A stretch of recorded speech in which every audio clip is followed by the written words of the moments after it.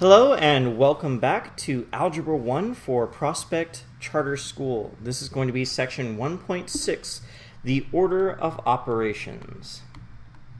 Now we've mentioned the order of operations a few times now, but today we are going to go into detail. Now there are many versions of the order of operations. One of them is Please Excuse My Dear Aunt Sally, or PEMDAS. And PEMDAS has a few flaws that we're going to go over. And we are going to instead start using another version called GEMA, or GEMA. And I really like GEMA because it's a lot simpler. There are only 4 things instead of a whole bunch. And it also removes a lot of confusion that arises with PEMDAS. So PEMDAS is parentheses, and I can't spell parentheses, so I'm going to leave it like that. And then exponents, multiplication, division, addition, and subtraction. So the order of operations means that we start at the top and then we work our way down as we go through a problem. So if we were to see a really complicated set of instructions, this would simplify things. It means that we do it in a specific order because every piece means something. So let's try a really easy example. Let's start with -4 squared plus 24 divided by 3 times 2. Now this one with the order of operations of PEMDAS can get a little tricky. Can get a lot tricky actually. Because when we're looking at the order of operations as PEMDAS, we would start with parentheses. Well, there aren't any. Next we would do the exponents, and that means that we would take the 4 and we would square it. Note that this negative sign in front of the 4 is actually multiplication, so we don't worry about that. So we go 4 squared, which is 16, for our exponent, and then we have plus 24 divided by 3 times 2. Next up we would do multiplication. Well, on our multiplication table, that means we do the 3 times 2 first. And we do, of course, do the -1 times 16, already done, right? So then we would have -16 plus 24 divided by 6. And this is where PEMDAS fails us. Because when we do the multiplication first, we're not really dividing by 3. We're suddenly dividing by 6. This is a really, really bad thing to happen. Really bad. And while it works out in the end, we'll have -16 plus 24 divided by 6 is 4. We'd have -12 as an answer. This is actually incorrect. Because we did this. This part is the nasty thing that happens with PEMDAS that doesn't get confused with GEMA. Because with GEMA, the first thing you do is you turn all division into multiplication, and then you turn all addition or all subtraction into addition of a negative number. So let's try the same example again, only we're going to use the actual order of operations, the order of operations that really works all the time. And that order of operations is GEMA. G-E-M for GEM, and then A at the end because it's Canadian. GEMA. So with GEMA we have grouping symbols,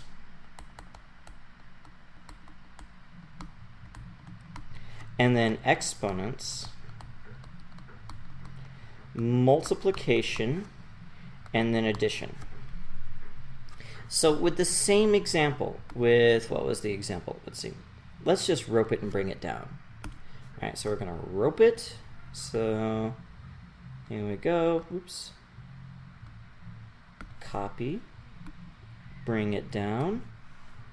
And then we're going to just paste it right here. Paste. Okay. So the exact same example. only this time we're going to use the real order of operations. We're going to use Gemma.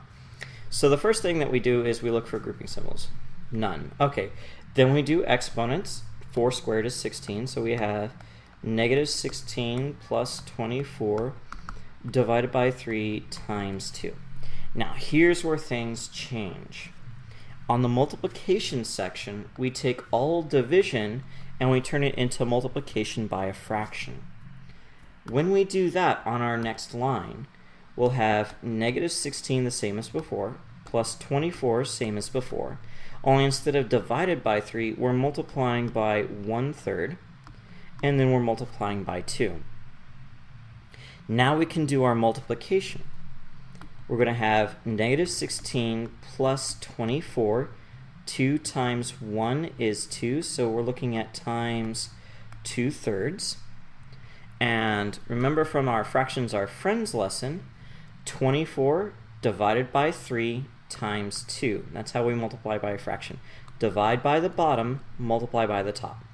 24 divided by 3 is 8. 8 times 2 is 16. So we have negative 16 plus 16, which is 0. And that is the correct answer. So when we're working with our order of operations and we have something ambiguous, mainly that divided by 3 thing, you always turn it into multiplication by a fraction first. I know this can be confusing, especially with the way that middle school math is taught, but this is really the better way, hands down the better way, absolutely the better way. Instead of dividing by 3, multiply by 1/3. It will make your life infinitely better because you never have to worry about division again. And you don't have to worry about this being done incorrectly from our order of operations. All right, next up, let's see a few more examples and why Gemma is far superior to PEMDAS. Okay, so let's look at our next example. Let's say that we have 4 and then bracket 25 minus 5 minus 2 squared, and then the other bracket. Okay, now when we're doing these and we're unsure what our order of operations is, just write it down. It's okay. If I saw Gemma on every single one of your papers, I would actually be really happy. I would probably do the happy dance and we'd probably get out on time. Yeah, I can't let you out early, sorry. But we can do other things while waiting for the last 5 minutes of class. So who knows what can happen. Alright, so I do grouping symbols first. Now the nice thing about grouping symbols is we know that we have 2 sets of grouping symbols here.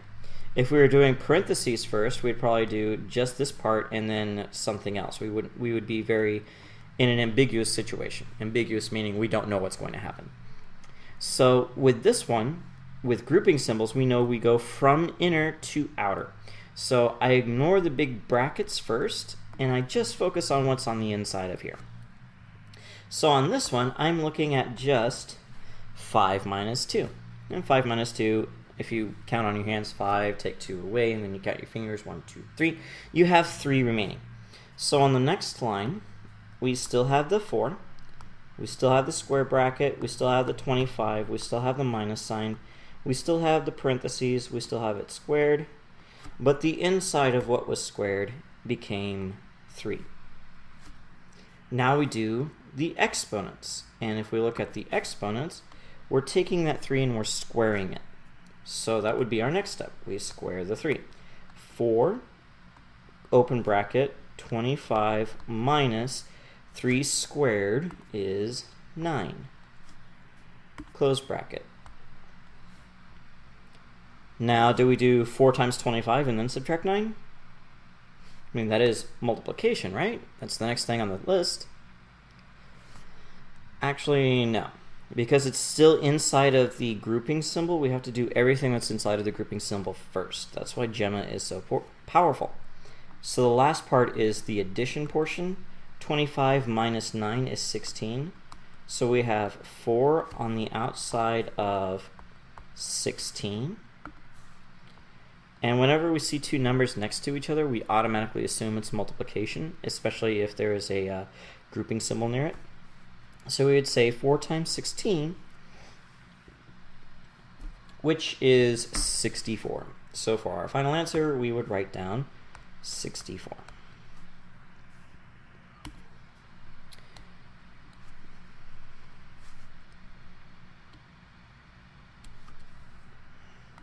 So hopefully by now you're starting to see the beauty of working with Gemma first. And we still have some more ambiguous cases that I want to go over for our examples to show you just exactly how powerful it really is. Let's look at our next example. Let's look at negative 22 minus 2 squared all over 5 minus 3. Now, in this situation, again, we're going with our order of operations. But the beautiful thing about having this for our division symbol instead of this one is that we know that the 5 and the negative 3 are grouped together. You can always group things in a fraction form as if the top part is in one set of parentheses and the other part and the bottom part is a set of another parentheses. So this means that we can start with our grouping symbols. So let's start with our grouping symbols. Let's do the top grouping symbol first. In the top grouping symbol, we have negative 22 minus and then 2 squared. According to our order of operations, we should do our exponents next. So in this case, we'd have negative 22 minus 2 squared is 4. And maybe we should also do the ones on the bottom at the same time because we are doing grouping symbols on this row. So we do 5 minus 3, which is plain old 2. Next up, we would have to be doing our multiplication. There isn't any. So left is addition. So the addition within our grouping symbols would be negative 22 minus 4. Negative 22 minus 4, because they're both negative, that means we're both going to the left on our number line. So we would start at negative 22, move to the left 4 more places. Where do you end up? Negative 26. And then we have the 2 on the bottom. Now we can finally move away from the grouping symbols, and we can actually go to the exponents. There are no exponents, so we go to multiplication. Negative 26 divided by 2 is negative 13. And that's as far as we can go. Now let's look at yet another semi-ambiguous case. Let's look at a case where we have something other than parentheses going on. Let's look at an absolute value case. And let's look at the absolute value of 10 minus 5 squared and then divided by 5. Again, this is where Gemma comes in handy. Anytime we see that little divided by symbol, we know what we're going to be doing with it. We're not going to let it stay like that. We are going to turn it into a fraction because fractions are friends. So we would look at this as the absolute value of 10 minus 5 squared times 1/5. Now it's a lot less ambiguous. Fortunately, there wasn't like any kind of addition or anything going on over on this side of the 5. It's just divided by 5, which helps. But turning it into a fraction makes it so that there is never a case where you might get it wrong. So let's look at this. All right, next up would be grouping symbols. Absolute values count as grouping symbols. So we do everything on the inside of the absolute values first. So let's color code that with green. So on the inside, we start with the exponents. The exponents is 5 squared. So we'd have the absolute value of 10 minus 5 squared. 5 times 5 is 25. And then we have that times 1/5. Next up, we need to do the addition on the inside because there was no multiplication. 10 minus 25 is negative 15. So we have the absolute value of negative 15 times 1/5. Now we execute what the absolute value signs mean as the last part of the grouping symbols. And the absolute values mean that you basically get rid of the negative sign, make it turn positive. So now we have 15 times 1/5. Now we do multiplication. 15 times 1/5 is the same thing as 15 divided by 5, which is 3, times 1, which is 3.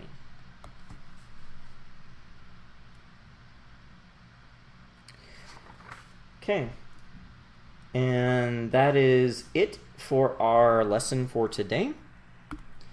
We have some examples. We see some ambiguous cases.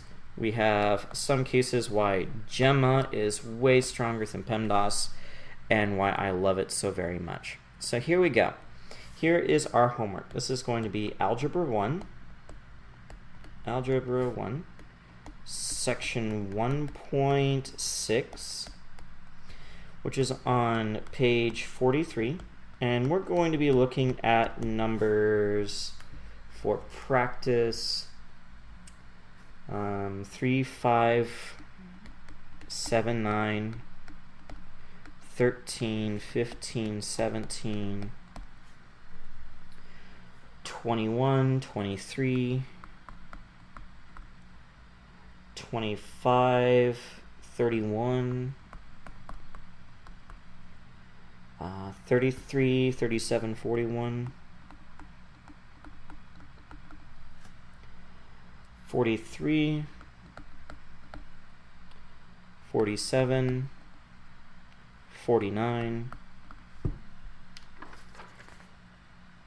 51, 53, oops, that's a 13. And then because we always need some word problems, we're going to go with 61 and 60. Yeah, we're just going to stay at 61. All right. So as you can tell, there's a lot of problems, and that means that they're all going to be really relatively easy. But here's one thing that I need you to do on this one. I don't normally say this, but sometimes it's really important that you do it, and that is show your work. Normally, when we're working with easy things like 4 plus some numbers equal to 5, we can just say, oh yeah, x is equal to 1. And this would be okay because I know that you can do this in your head very easily. However, this case is about order of operations. So really your final answer isn't important. That's not what you're going to be tested on. What you are being tested on is the process. I need you to show me that you know your order of operations, which means that you need to show step by step. For an example, you'll notice that I did one step at a time as I went down. That's what I would be expecting to see on your homework. I don't expect to see 3, 5, 7, 9 and have all the answers like 3, oh that's 5, 5, that's 21, 7, that's 3 halves. I don't want to see this. This would be counted as wrong. You need to show your work. So please show your work on your homework. And in the meantime, good luck and have fun.